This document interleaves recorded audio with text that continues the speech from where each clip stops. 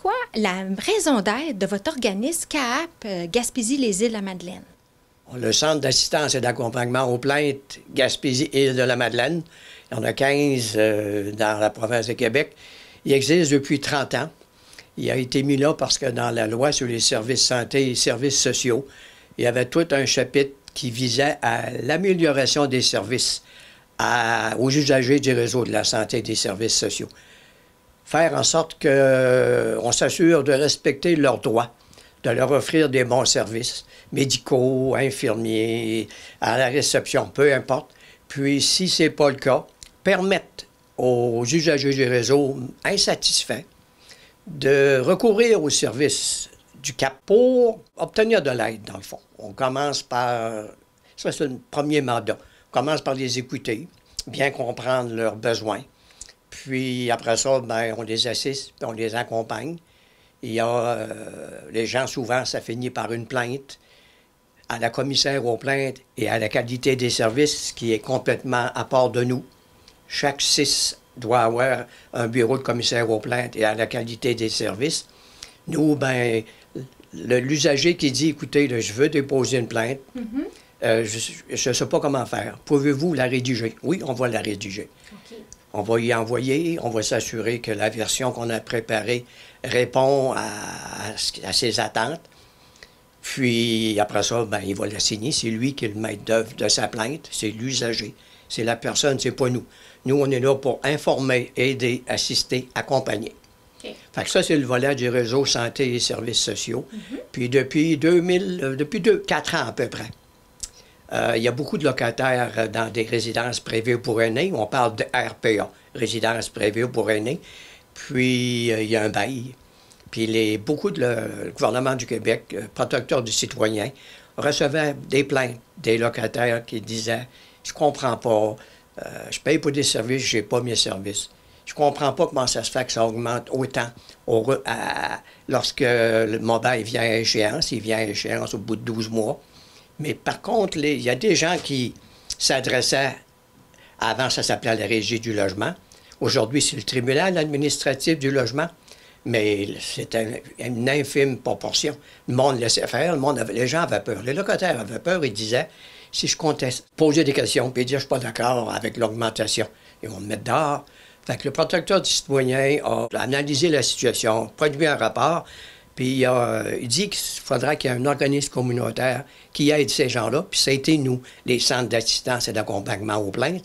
Ça fait que depuis 3 ans, on a le mandat de répondre aux demandes des usagers du réseau de la santé et des services sociaux et également des locataires dans des résidences privées pour aînés. Est-ce que vous êtes au service des établissements de santé et de services sociaux? Du tout.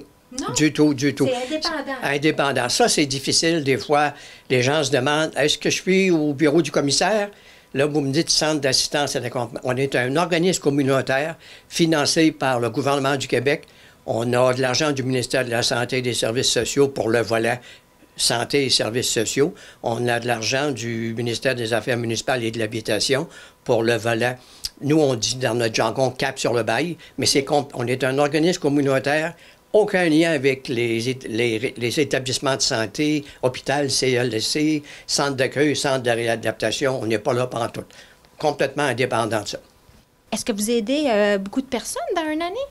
Oh oui. Je voyais cette semaine, je pense qu'on a à peu près 7 de nouveaux dossiers là, déjà là d'ouverts dans l'espace d'une semaine, mais c'est 400, 500, 600. C'est pas toujours, ça aboutit toujours pas toujours par une plainte, mais c'est de l'information. Souvent, les gens vont dire, parfait, j'ai l'information que j'avais besoin, laissez-moi y penser, je vais voir si je vais aller plus loin ou pas.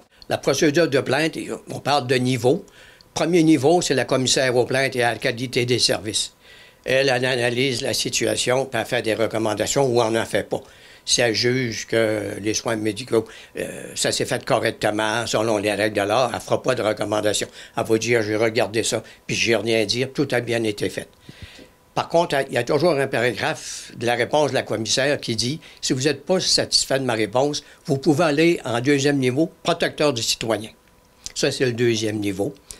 C'est une plainte médicale. Il existe un comité de révision des plaintes médicales. Puis il y a beaucoup de situations aussi qui vont aller au niveau des ordres professionnels. Collège de médecins, l'Ordre des infirmières, infirmières, l'Ordre des inhalothérapeutes, l'Ordre des ergothérapeutes, dépendamment du professionnel concerné. OK.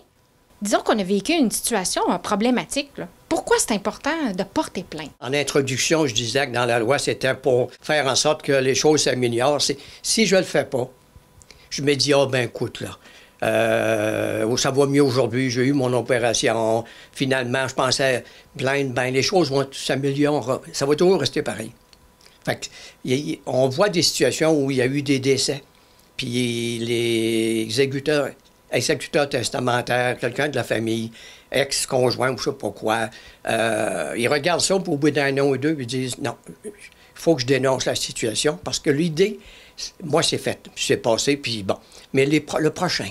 Pour pas que ça arrive. Pour pas que ça arrive à d'autres, dans le fond. L'idée, c'est, si j'utilise cette démarche-là, c'est faire en sorte qu'on prenne les mesures nécessaires pour pas que ça arrive à d'autres usagers ou à d'autres locataires. Bien, je vous remercie beaucoup pour l'information. Ça m'a fait énormément plaisir.